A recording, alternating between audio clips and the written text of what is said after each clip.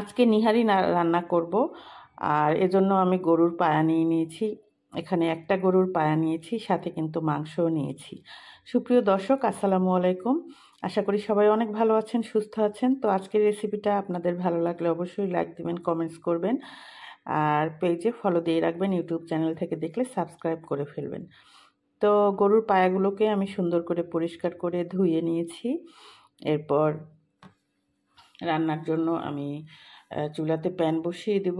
আর এখানে হচ্ছে আমি সব মশলা নিয়ে নিয়েছি, তেজপাতা, দারচিনি, এলাচ, লং, মানে যা যা লাগে সব মশলা আমি নিয়ে নিয়েছি।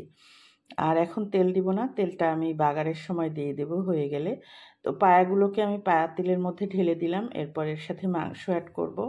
আর মাংসটা দেওয়ার কারণে নিহারিটা কিন্তু খুবই টেস্ট হয়েছিল। মাংসটা দিলে ঝোলটা অনেক ঘন হয়, খেতেও কিন্তু খুব ভালো লাগে। আপনারা চাইলে মাংসটা বাদও দিতে পারেন, তবে এতে ঝোলটা কিন্তু খুব একটা ঘন হয় না। তো রান্না তো আসলে আমরা সবাই কম বেশি পারি, এক একজনের রান্নার স্টাইল এক এক রকম। আমি যেভাবে রান্না করি সেটাই আপনাদের সাথে শেয়ার করছি। তো মাংসগুলো দিয়ে আমি সব মশলা এর মধ্যে অ্যাড করব। তো প্রথমেই মরিচের গুঁড়ো, তারপরে হলুদের গুঁড়ো দিয়েছি। আর পরিমাণ মতো আদা বাটা, রসুন বাটা দিয়েছি। আর আদার সাথে আমি সামান্য একটু জয়ত্রী জয়ফল বেটে নিয়েছি, এতে স্মেলটা খুবই সুন্দর হয়। আর ধনিয়ার গুঁড়া, জিরার গুঁড়া সবই দিয়ে দিয়েছি, পেঁয়াজ, তারপরে কাঁচামরিচ, স্বাদ মতো লবণ দিয়ে এর মধ্যে পরিমাণ মতো পানি দিব। আর নিহারিটা মূলত আসলে রান্না করে সাথে সাথে খেলে মজা লাগে না, এটা দেখা যায় 2-3 দিন জাল করার পর বাগার দিয়ে খেলে এর টেস্টটা আমার কাছে ভালো লাগে। তবে বেশি জরুরি হলে সাথে সাথেও খেতে পারেন। আর নেহারির মধ্যে কিন্তু পানিটা একটু বেশি দিতে হয়, কারণ এটা অনেক জাল দিতে হয়। জাল দেওয়ার কারণে হাড়ের ভিতরে যা থাকে সব বের হয়ে আসে, আর হাড়গুলো অনেক নরম হয়ে যায়। তো লবণটা দেওয়ার পর আমি পানি দিয়ে দিব।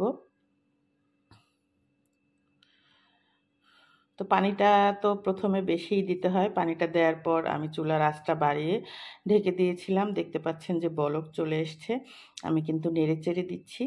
তো এভাবে কিন্তু আমি বলক ওঠার পর আরেকটু চুলায় রেখে জাল করেছি। তারপরে চুলাটা বন্ধ করে পরের দিনও আমি অনেক জাল করে নিয়েছিলাম। এখন মনে হচ্ছে পানিটা অনেক বেশি, কিন্তু পানিটা টেনে যাওয়ার পর দেখেন পানিটা ঝোলটা কিন্তু অনেক ঘন হয়ে গিয়েছে। আর এটা একদম খাওয়ার মতো হয়ে গেছে। এখন পেঁয়াজ রসুন দিয়ে আমি তেল দিয়ে বাগার দিয়ে নিচ্ছি। এরপর নেড়েচেড়ে আরও কিছুক্ষণ জাল দিয়ে গরম গরম রুটির সাথে খাবো। আর এটা রুটি, পরাটা, চালের রুটি, যে কোনো রুটি দিয়েই আপনারা খেতে পারেন। তো এটা খেতে ভীষণ টেস্ট ছিল, দেখতেও কিন্তু ভালো ছিল। ভালো লাগলে অবশ্যই পাশে থাকবেন। আল্লাহ হাফেজ।